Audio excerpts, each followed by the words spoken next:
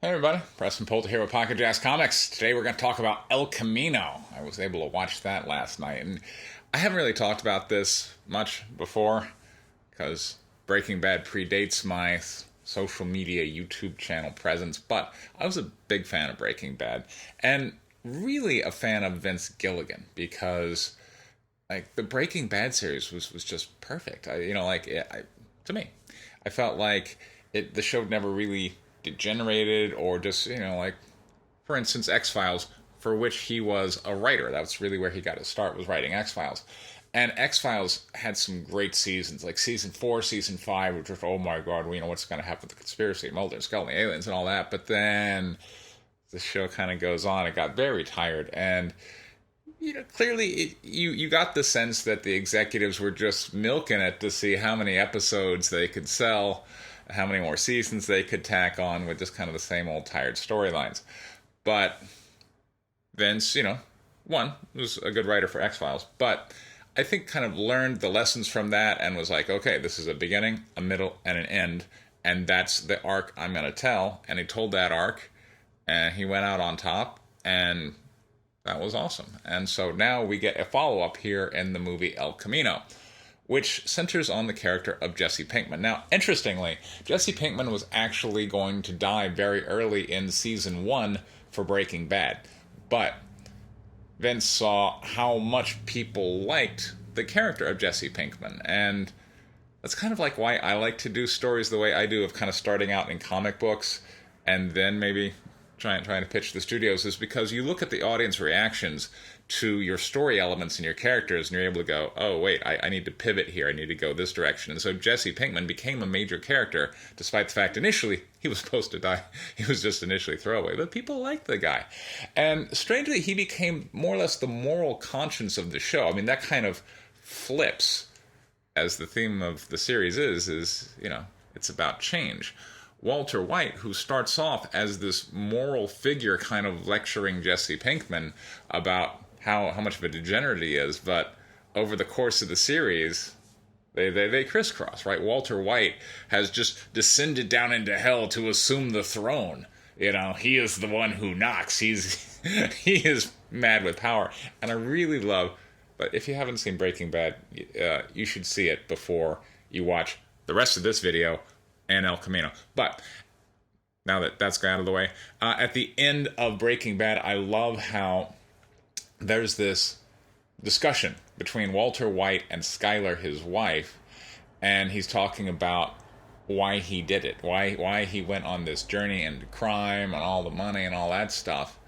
And Skyler's like interrupts him and goes, "Don't tell me. You did it for the family, you did it for me." And Walter was like, "No, I did it for me." And I'm like, that is just a great moment of reflection of the character. And the character kind of saying something that maybe we, as the audience, weren't even consciously aware of. We had kind of bought into Walter Whiteman's victim narrative of, oh, I had cancer, therefore I was forced to become this underworld drug figure in order to pay my medical bills. Maybe initially, but he found he liked it. And that is the element of change that transforms Walter White into a very sinister figure. And Jesse Pinkman, meanwhile, he's a drug dealer at the start of the thing. And so we start with a school teacher, very moral, and a drug dealer, very immoral. But over the course of the series, Jesse Pinkman becomes the moral kind of compass.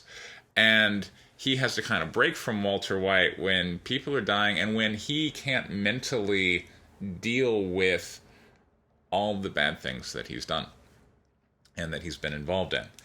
And then at the very end of Breaking Bad, we're left with the showdown, but we see Jesse Pinkman's escape as he's driving off in the El Camino, which is the name of the movie, hence, because El Camino picks up right there with Jesse Pinkman's barbaric yawp as he's finally away, and what happens to that guy? So El Camino, I'm not gonna go through too much of the plot. Don't want to spoil it for you. You should watch it. But El Camino spends a lot of time in flashback. So we keep going back and forth between the past and the present.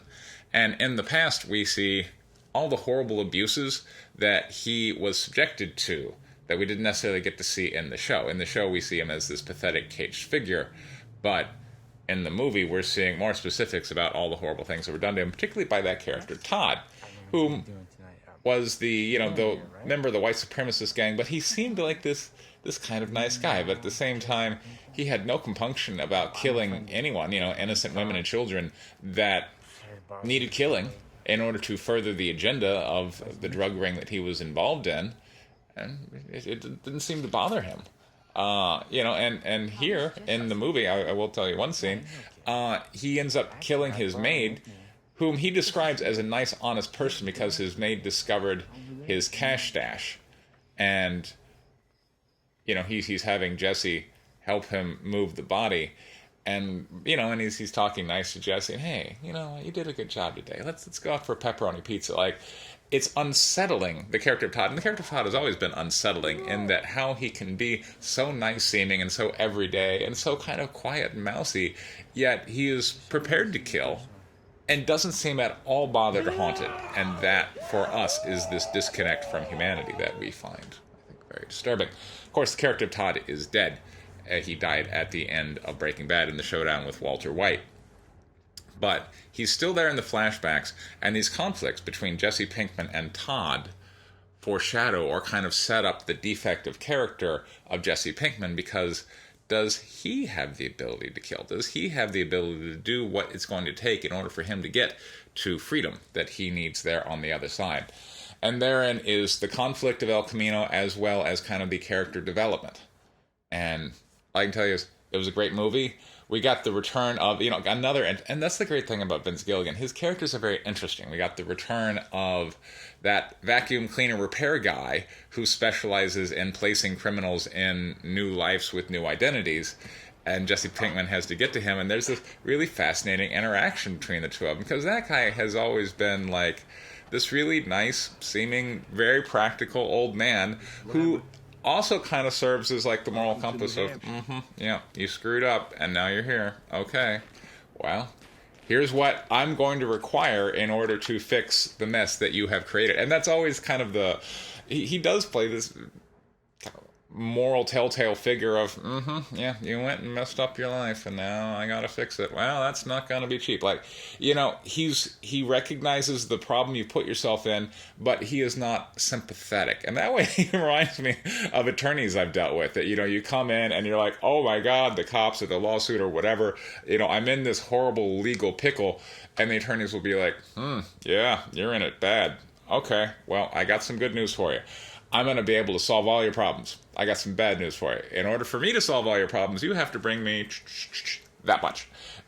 Otherwise, get the hell out of my office. And it's this sense of detachment that lawyers, and in this case, the vacuum cleaner repair person, I'll just call them that, have in regard to their clients. So, oh yeah, you're in a horrible mess. And if I don't help you, you're going to be wrecked. And I can help you, but I'm not going to unless you pay me an exorbitant amount of money. And having been on both sides of litigation, I kind of respect that. So I don't want to go through the rest of the movie for you, but it is good, and Vince Gilligan is, continuing on in his excellent storytelling pedigree.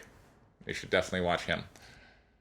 Other than that, I've got my Kickstarter for White Lily issue 4. It's going well. We've already hit our goal. I've been thinking about stretch goals. I'm still thinking. I think maybe sketch cover. Anyway, but there's a link for that down in the description. This has been Preston Poulter with Pocket Jacks Comics. Thank you very much for your time. Take care.